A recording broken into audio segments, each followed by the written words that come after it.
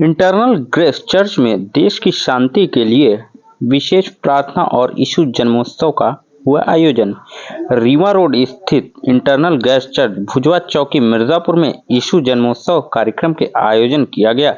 इस पावन पर्व के उपलक्ष्य में सोमवार की सुबह 9 बजे से दोपहर 2 बजे तक भजन कीर्तन व प्रवचन प्रार्थना और सांस्कृतिक कार्यक्रम का भी आयोजन किया गया था और देश की शांति एवं सौहार्द के लिए भी प्रार्थना की गई।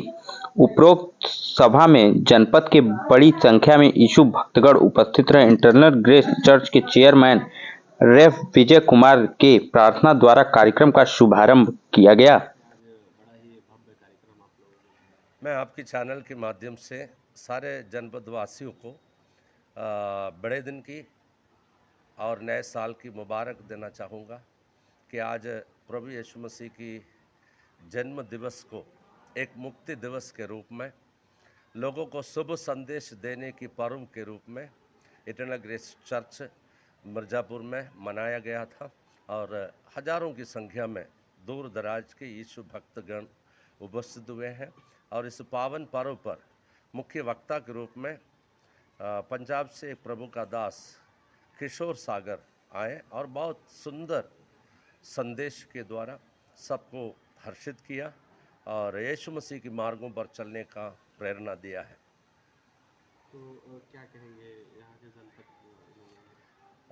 प्रभु यीशु मसीह का जन्म स्वर्ग का परमेश्वर जो स्वर्ग में विराजमान है वो ईश्वर मानव के रूप लेकर मानव को बचाने के लिए इस धरती पर आया है। उसने संदेश दिया प्रेम निष्कपट हो और भलाई में लगे रहें। तो वो यीशु मसीह एक प्रेम का वक्ता है, एक प्रेम का पुरुष है और यीशु मसीह ने अपने शत्रुओं से भी प्रेम रखने के लिए कहा, अपने पड़ोसी को भी अपने समान प्रेम रखने के लिए कहा और प्रेम ही हमारे संसार में हो रहे हैं सारे बुराइयों को मिटाने के लिए पर्याप्त संसाधन है, मैं ये मानता हूँ। इसलिए यीशु मसीह की उपदेशों पर लोग गौर करें और उस पर ध्यान दें और इस 25 दिसंबर को यीशु मसीह की तरफ से मैं आह्वान देता हूँ कि आप एक दूसरों की भलाई करने में अपने जीवन को व्यतीत करें, क्योंकि भलाई से बड़ा कोई काम नहीं है। मनुष्य के अंदर धर्म कोई भी हो, संप्रदाय कोई भी हो, मानवता सबसे बड़ा धर्म है। इसलिए मानवता के सामने ना कोई जाति है, ना कोई संप्रदाय है, ना कोई मचक है।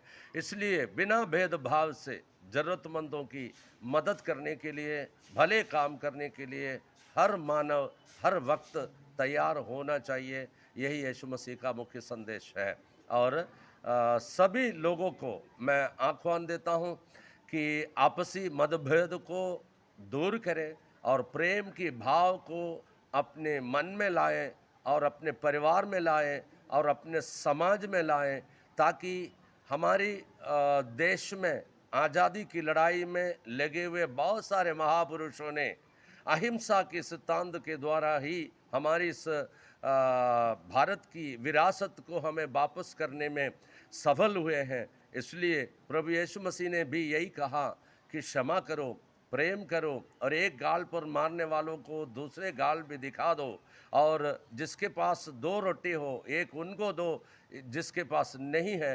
तो यही सब उपदेश यीशु मसीह का मानने योग्य है और जो व्यक्ति इस बात को मानते हैं वो अपने जीवन में हर व्यक्ति एक न एक दिन इस संसार को छोड़ करके चले जाएगा और ईश्वर की मार्गों पर चलता है।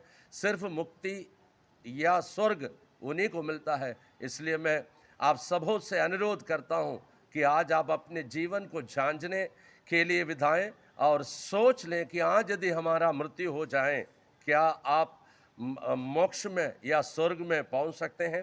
तो यीशु मसीह आपको स्वर्ग देने के लिए आए हैं। Thank you so much.